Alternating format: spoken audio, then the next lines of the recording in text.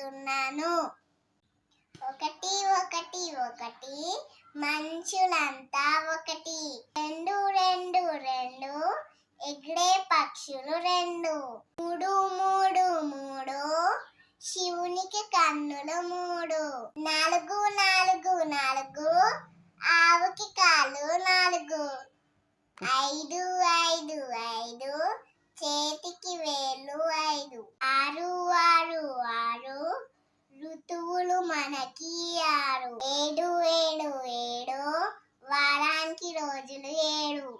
ఎనిమిది ఎనిమిది ఎనిమిది మూడలు ఉన్నాయి ఎనిమిది. తొమ్మిది తొమ్మిది తొమ్మిది గ్రహాలు ఉన్నాయి తొమ్మిది.